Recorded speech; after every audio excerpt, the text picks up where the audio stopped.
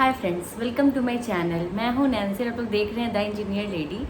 इस वीडियो में मैं बात करने वाली हूं डिहाइड्रेशन के बारे में, जो बच्चों में अक्सर हो जाते हैं, कॉमन है बच्चों में बहुत ज़्यादा।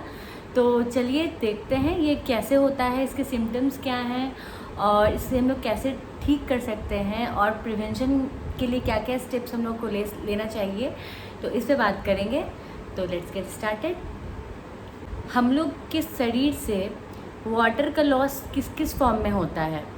स्वेट के फॉर्म में, पसीने के फॉर्म में, जब हम लोग बहुत एक्सरसाइज करते हैं या हमारे बॉडी से पसीना निकलता है, या हम लोग वॉशरूम जाते हैं या पॉटी जाते हैं, इन सारे चीज़ें एक्टिविटी करते हैं हम लोग, तो हमारे बॉडी से वाटर लॉस होता है। इस वाटर को लॉस किए हुए वाटर को रीगेन करने के लिए हम लोग पानी पीते हैं। पानी हम लोग इतने अमाउंट पे पी लेते हैं जिससे बॉडी का जो खोया हुआ वाटर है और बॉडी को जितना वाटर चाहिए हमारे बॉडी को फंक्शन करने के लिए, उतना मिल जाता है। बट अगर क्या हो, अगर हम लोग नॉर्मल तरीके से वाटर नहीं पिए या पानी पीने में कमी कर दें हम लोग, तो अगर हम लोग पानी पीने में कमी कर रहे हैं और हमारे बॉडी को जितना पानी की ज़रूरत है उतना पानी हम लोग अपने बॉडी को नहीं दे रहे, तो इसके वजह से हमें डिहाइड्रेशन हो जाता है। पहला बात तो ये। और डिहाइड्रेशन होने की वजह से बॉडी का जो फंक्शन है, नॉर्मल फंक्शन है, उसमें स्लोनेस आ जाती है। हमारा बॉडी का सिस्टम सही से काम नहीं करता। तो ये होता है डिहाइड्रेशन का रीज़न। और बच्चों में ये बहुत ही ज़्यादा कॉमन है, क्योंकि छोटे बच्चे रहते हैं तो उन्हें पानी खुद से पीने का तो रहता नहीं है, कुछ पेरेंट्स पिलाते हैं उन्हें। तो ये बच्चों में बहुत ही कॉमन है डिहाइड्रेशन। बच्चों में डिहाइड्रेशन सबसे ज़्यादा कॉमन है एज़ कम्पेयर टू एडल्ट, क्योंकि बच्चों को समझ नहीं आता कि वो प्यासे हैं तो उन्हें पानी पीना है। छोटे बच्चों में ये सबसे ज़्यादा होता है।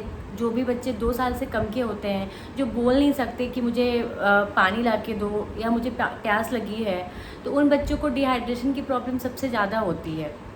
और ये देखा गया है कि जब बच्चों में स्टोमक इन्फेक्शन होता है या रहता है, उस दौरान भी डिहाइड्रेशन की प्रॉब्लम बच्चों में हो जाती है। ये सबसे कॉमन चीज़ है।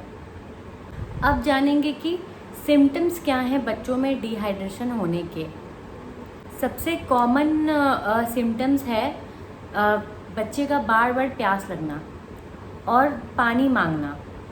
अगर बच्चा बार बार पानी मांग रहा है और प्यासा है या रो रहा है, छोटे बच्चे अक्सर रोते हैं जब उन्हें प्यास लगती है, तो समझ लो कि उन्हें डिहाइड्रेशन की प्रॉब्लम है। ये सबसे कॉमन है।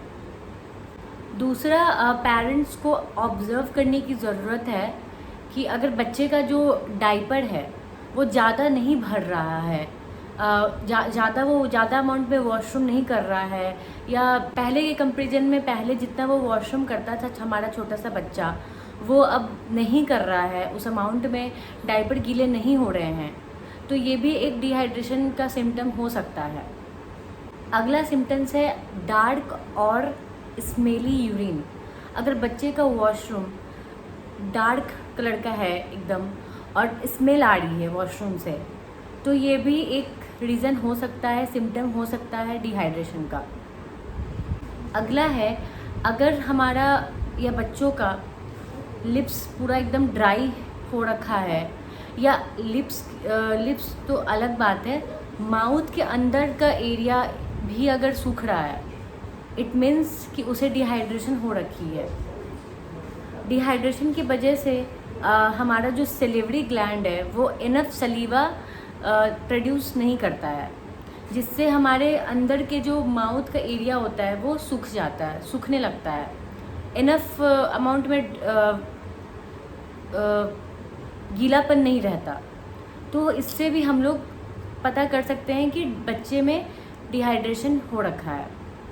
अगला है, अगर आपका बच्चा बहुत ज़्यादा सुस्त है पहले के कंपैरिजन में, पहले लेट सपोज आपका बच्चा बहुत एनर्जेटिक हुआ करता था और अभी पूरा सुस्त हो रखा है या बहुत चिड़चिड़ाया हुआ है, किसी चीज़ में मन नहीं लग रहा, बहुत चिड़चिड़ा रहा है, इरिटेटेड है, तो ये भी एक डिहाइड्रेशन का सिम्टम हो सकता है। अगला है, अगर बच्चा परेशान है और रो रहा है लेकिन रोने के टाइम उसके आँखों से आंसू नहीं आ रहे हैं, तो ये भी एक डिहाइड्रेशन का कारण हो सकता है। अगला है, अगर बच्चे की आँखें पूरी धंस गई है, धंसी हुई आँखें हैं उनकी, तो इससे भी आप पता कर सकते हैं कि उसमें डिहाइड्रेशन का प्रॉब्लम है या पानी की कमी हो रखी है। अगला है, बच्चे के सर पे छोटे छोटे से हल्के से लाइट स्पॉट्स का हो जाना, तो इससे भी आप पता कर सकते हैं कि बच्चों में डिहाइड्रेशन की कमी हो रखी है। ये तो थी कुछ सिम्टम्स जिससे हम लोग पता कर सकते हैं कि बच्चों में डिहाइड्रेशन का प्रॉब्लम है या नहीं। अब बात करेंगे कॉजेज़ के बारे में, किन कारणों से बच्चों में डिहाइड्रेशन हो जाता है, उस पर आज हम लोग बात करने वाले हैं अभी। तो इसमें सबसे पहला है डायरिया या फिर वोमिटिंग। डायरिया और वोमिटिंग के वजह से भी डिहाइड्रेशन की प्रॉब्लम हो जाते हैं बच्चों में। ये सबसे कॉमन सिम्टम है और कॉमन कॉज है। अगर किसी बच्चे को डायरिया या वोमिटिंग हो रखा है तो पेट में जो स्टोमक वायरस हैं जिसकी वजह से डिहाइड्रेशन हो रखा है या वोमिटिंग बच्चा कर रहा है, उस टाइम पे पेट में जितना भी पानी रहता है वो उस वायरस की वजह से निकल के आ जाता है बाहर। और अगर बच्चा उस टाइम पानी पीता भी है तो भी वो पानी पेट में पचता नहीं है, तो जिस वजह से डिहाइड्रेशन का प्रॉब्लम बच्चों में हो जाता है। अगला सबसे कॉमन कॉज है डिहाइड्रेशन का फीवर। जब भी हमारा फीवर या बच्चों का फीवर भी, बच्चों में अगर फीवर हो रखा है और वो मेडिसिन्स वगैरह लेकर फीवर ठीक होने के प्रोसेस में रहता है, तो अगर बच्चा पैरासीटामोल खा रखा है या दवाई ले रखा है फीवर का, तो जब फीवर उतरने लगता है ना धीरे धीरे, तो उस टाइम बॉडी से काफ़ी पसीना निकलता है, बच्चों में भी निकलता है और बड़ों में भी निकलता है, तो जिस कारण एक्सेस वाटर लॉस होता है बॉडी से, और जिस वजह से बच्चों में डिहाइड्रेशन हो जाता है उस टाइम पे, फीवर के टाइम पे। अगला सबसे कॉमन कॉज है डिहाइड्रेशन का, अगर बच्चा कम पानी पी रहा है, जितना उसके बॉडी को फंक्शन करने के लिए पानी की ज़रूरत है उससे वो कम पानी ले रहा है या कम मिल्क ले रहा है, अगर नवजात बच्चा है, न्यू बॉर्न है, कम दूध ले रहा है, तो इससे भी डिहाइड्रेशन का प्रॉब्लम हो जाता है। अगला है, अगर आपका बच्चा ज़रूरत से ज़्यादा कपड़े पहन रखा है और बंद कमरे में उसे ज़्यादा हवा नहीं लग रही, तो उस केस में उसके बॉडी से बहुत पसीना निकल सकता है और इससे भी डिहाइड्रेशन होने के चांसेस बढ़ सकते हैं। अब हम लोग बात करेंगे कि बच्चों में डिहाइड्रेशन के प्रॉब्लम को कैसे हम लोग सॉल्व कर सकते हैं, उसके बारे में। पहला है कि कूल इन्वायरमेंट। हमें अपने बच्चे को ठंडे वातावरण में रखनी चाहिए। ठंडा कहने का मतलब ये नहीं कि आप एकदम तेज़ एसी में रख दो, ऐसा भी नहीं करना है। मतलब रूम टेम्परेचर से नॉर्मल थोड़ा कूल इन्वायरमेंट हो जो उसके लिए फैमिलियर हो, उसके लिए सही हो, ना उसको ज़्यादा गर्मी लगे ना ज़्यादा उसको ठंडा लगे, वैसे इन्वायरमेंट बना के रखने की ज़रूरत है। और उसे ज़्यादा एक्स्ट्रा लेयर कपड़ा ना पहनाएं और साथ ही साथ उसे एक पानी की बोतल या मिल्क की बोतल दे दें जिससे वो पीते रहे और डिहाइड्रेशन से बच सके। अगला है ORS। जब भी बच्चे को डिहाइड्रेशन की प्रॉब्लम हो, अक्सर वोमिटिंग के टाइम में तो होता ही है, या डायरिया हो गया तो उस टाइम भी, या लूज मोशन होता है उस टाइम भी, तो जब भी ऐसा सिचुएशन हो तो उसे सबसे पहले ORS दे। ORS से बॉडी ईजिली रिहाइड्रेट हो जाता है। आप अगर आपके पास ORS का पैक नहीं है घर में या पैकेट नहीं है तो आप घर में भी सोल्यूशन बना सकते हैं। सॉल्ट और शुगर ले लें आधा आधा चम्मच और मिक्स कर ले पानी में और उसको एक एक चम्मच करके बच्चे को दे, छोटे बच्चे को, तो इससे भी बॉडी अच्छे से डिहाइड्रेट हो जाता है। अब हम लोग बात करेंगे कि हम लोग अपने बच्चे को कैसे बचा सकते हैं डिहाइड्रेशन से। इसमें पहला है डिहाइड्रेशन थ्रू इलनेस। जिस टाइम हमारा बच्चा बीमार रहता है या फीवर हो गया या कफ कोल्ड हो गया या पेट सही नहीं है, उसका अनपच हो रखा है, तो इस केस में डिहाइड्रेशन होने के चांसेस बहुत ज़्यादा होता है।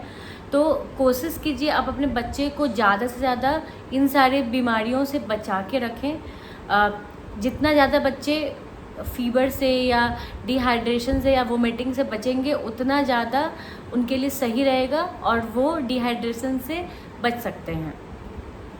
बच्चे को टाइम टू टाइम डॉक्टर के पास लेके जाना भी ज़रूरी है, उसका एग्ज़ामिन कराना भी बहुत ज़रूरी है। इससे भी हमें बहुत सारी चीज़ों का पता चलता है कि हमारा बच्चा का बॉडी कैसा फंक्शन कर रहा है, सही चीज़ों से फंक्शन कर रहा है या नहीं कर रहा। तो आप अपने बच्चे को टाइमली रूटीनली डॉक्टर के पास लेके जाएं और बच्चों के पास एक गुड हाइजीन मेंटेन करके रखना बहुत ज़रूरी है। तो जब भी आप बच्चे को लें, गोदी लें या बच्चे को के पास जाएं तो अपने आप को सैनिटाइज़ करके जाएं, हमेशा हैंड वॉश करके जाएं, जिससे उसे कोई भी इन्फेक्शन लगने के चांसेस नहीं हो। समर के सीज़न में अक्सर डिहाइड्रेशन के चांसेस ज़्यादा बढ़ जाते हैं, तो कोशिश कीजिए बच्चे को समर के सीज़न में बचा के रखने का।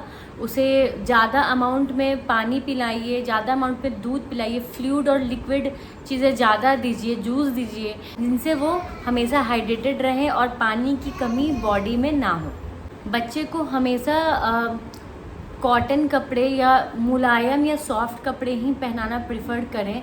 ज़्यादा भारी भरकम और मोटे कपड़े ना पहनाएं। सन के एक्सपोज से अपने बच्चे को बचा के रखें और छोटे बच्चे को ज़्यादा ध्यान देने की ज़रूरत रहती है।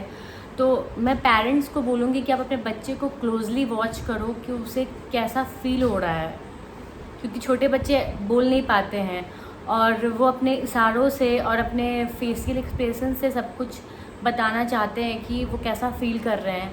तो छोटे बच्चे को, न्यू बॉर्न बेबीज़ को क्लोजली वॉच करने की ज़्यादा ज़रूरत है। तो ये थे कुछ टिप्स एंड ट्रिक्स और जिससे हम डिहाइड्रेशन से अपने बच्चे को बचा सकते हैं। तो अगर आप लोग को ये वीडियो अच्छा लगा हो तो प्लीज़ मेरे चैनल को लाइक, शेयर एंड सब्सक्राइब ज़रूर कीजिएगा। मैं हमेशा टाइम टू टाइम ऐसी इन्फॉर्मेटिव वीडियोज़ लेके आपके पास आती रहूँगी। Take care, bye bye.